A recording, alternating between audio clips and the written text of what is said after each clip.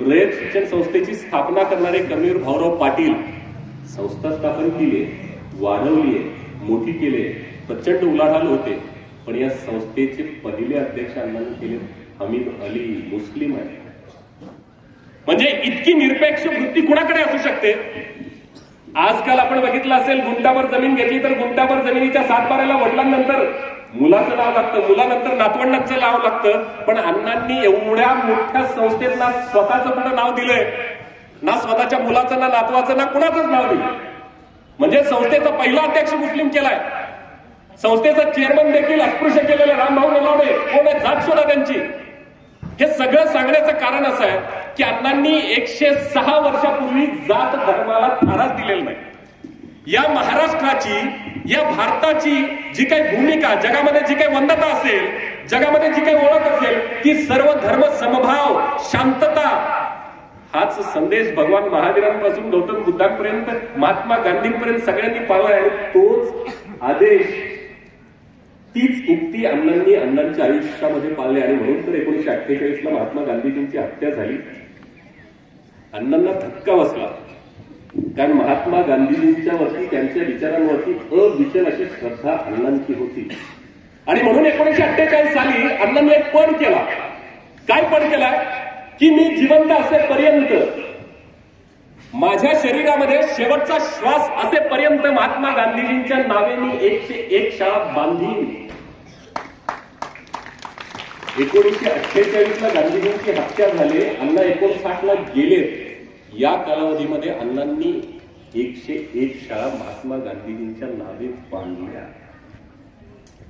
अण्णांनी ज्या शाळा बांधल्या त्यांना एकतर पंडित नेहरू हे नाव दिलेलं आहे, महात्मा गांधी हे नाव दिलेलं आहे, ग्रामदैवत असं नाव दिलेलं आहे, किंवा न्यू इंग्लिश जसं आपलं नाव पूर्वीच होतं तसं दिलेलं आहे. कारण अण्णांना माहिती होतं की कदाचित 100 वर्षांनी या देशामध्ये कट्टरतावाद फोफावणार आहे. आणि तेव्हा या राष्ट्रपुरुषांची जी काही विचारधारा आहे, शांततेची, सौहार्दाची, समरसतेची, हीच विचारधारा या भारत देशाला जगामध्ये पुन्हा नावलौकिक मिळवून देऊ शकते. आणि त्यासाठी महात्मा गांधी असोत, किंवा पंडित जवाहरलाल नेहरू असोत, किंवा छत्रपती शाहू महाराज, शिवाजी महाराज यांचे विचार आपल्याला तारणार आहेत. आणि म्हणून तर आपल्याला पुस्तकांमध्ये पोहोचायला मिळालेला प्रसंग असा आहे, रयत शिक्षण संस्थेचं पहिलं महाविद्यालय छत्रपती शिवाजी महाराज महाविद्यालय जे साताऱ्यामध्ये आहे. हे महाविद्यालय सुरू करण्यासाठी अण्णांच्याकडे 20,000 रुपयाची पण पैसे नव्हते. अण्णांनी काय केलं असेल?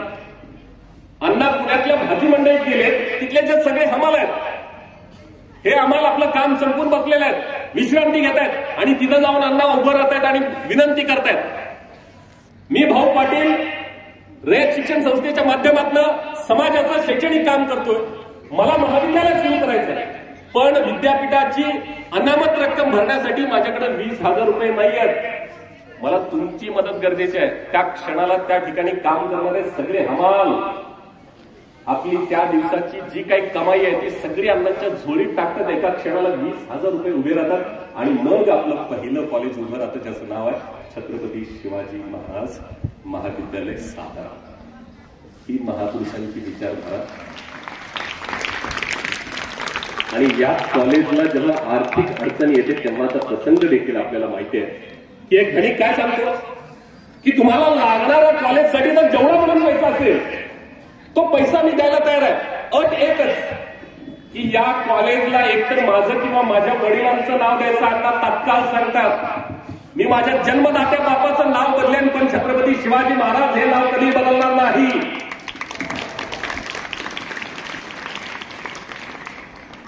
याच रयत शिक्षण संस्थेनं महाराजांच्या मातोश्रींच्या नावे जिजामाता अध्यापक विद्यालय दिले.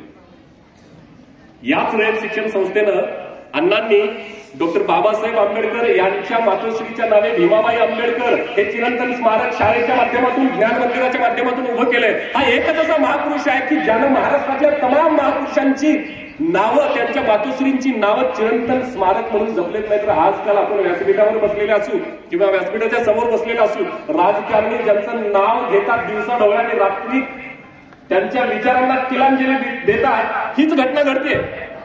म्हणजे महापुरुषांची नावं घ्यायची आणि रात्री त्यांच्या विचारांचा खून करायचा. हे करत असताना अण्णांचं उचित असं स्मारक आणि काम आपल्या समोर उभं राहतंय. रयत म्हणजे जनता, जनता म्हणजे तुम्ही आणि आम्ही. हे नाव आलं कुठून? तर छत्रपती शिवाजी महाराजांचा एक लिखित आदेश आहे की रयतेच्या भाजीच्या देठालाही हात लावता कामा नये. ही रयत ही अण्णांची, रयत ही महाराजांची, अशा अर्थाने हे नाव आलेलं आहे. म्हणजे जेव्हा विद्यार्थी म्हणून आपण अभिमानाने सांगतो की मी कुठला विद्यार्थी, रयत शिक्षण संस्थेचा विद्यार्थी, तेव्हा दोन गोष्टी आपल्याला लक्षात ठेवायला लागतात. आपण कुठल्याही गुटखावाल्याच्या संस्थेत काम करत नाही. आपण कुठल्याही मावा खाणाऱ्याच्या किंवा मावा विकणाऱ्याच्या संस्थेचे विद्यार्थी नाही आहोत. आपण अशा एका संस्थापकाचे, अशा एका संस्थेचे विद्यार्थी आहोत की ज्यांनी पै आणि पै लोकांच्या कष्टातून, घामातून उभी करून ही संस्था उभी केली. तत्वांनी उभी राहिलेली अशी संस्था आहे आणि त्या संस्थेचे आपण विद्यार्थी आहोत. दुसरी गोष्ट लक्षात आपल्याला ठेवावी लागेल की अण्णांनी गुणवत्तेशी कसलीही तडजोड आयुष्यात केली नाही. म्हणजे अण्णांचेच विद्यार्थी जर राज्यात पहिला येत आहेत. आज जेव्हा ही सगळी बक्षिसं मुलांना आपण देत होतो तेव्हा अभिमान वाटत होता की याही ज्ञान मंदिरानं, याही शाळांनं गुणवत्तेची कास कधीच सोडलेली नाही. आणि म्हणून तर इमारत किती मोठी आहे याच्यापेक्षा गुणवत्ता किती मोठी आहे हेच महत्वाचं ठरतं. चौगुले सर आणि यांचे सहकारी यासाठी झटतात, त्याबद्दल त्यांचं एकदा मनपूर्वक अभिनंदन करूया. आपला अंत पाहणार नाही, पण अण्णांच्या आयुष्यातले दोन मोठे त्याग आहेत. अण्णांचं आणि बहिणींचं लग्न झालं 1910ला. त्याआधी एक वर्ष 1909ला अण्णांनी दुधगाव शिक्षण प्रसारक मंडळापासून शैक्षणिक कामाला सुरुवात केली.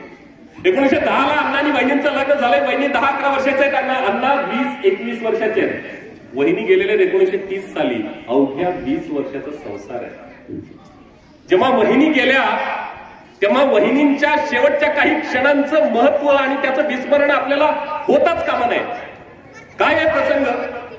जेव्हा वहिनी 4थ्या बाळंतपणात गेल्या तेव्हा वहिनींची शेवटची वाक्य बाळांना आपल्याला महत्वाची आहेत, ती ऐकावी लागतात, कधी विसरून चालणार नाहीत. वहिनी काय सांगतायत, ज्यांना आपण रयत माऊली म्हणतोय, वहिनी आपल्याला सांगतायत की उद्या पाडव्याचा सण आहे.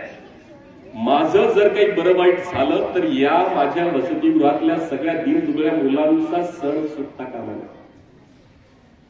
म्हणजे मरण शय्यावरती वहिनी झोपल्यात आणि काय सांगतायत, मुलांचा पाडव्याचा सण चुकता कामा नये. आणि दुसरी अट फार महत्वाची, काय सांगतायत वहिनी, की जर माझं काही बरं वाईट झालं तर माझ्या पार्थिवाला खांदा द्यायला सगळ्या जाती धर्माची मुलं पाहिजे. हे परिवर्तन अण्णांनी घडवले. हे परिवर्तन अण्णांनी घडवलेलं आहे. हे परिवर्तन केवळ वहिनींच्या मध्ये झालं असं नाही, तर रयतच्या प्रत्येक विद्यार्थ्यामध्ये घडलेलं आहे.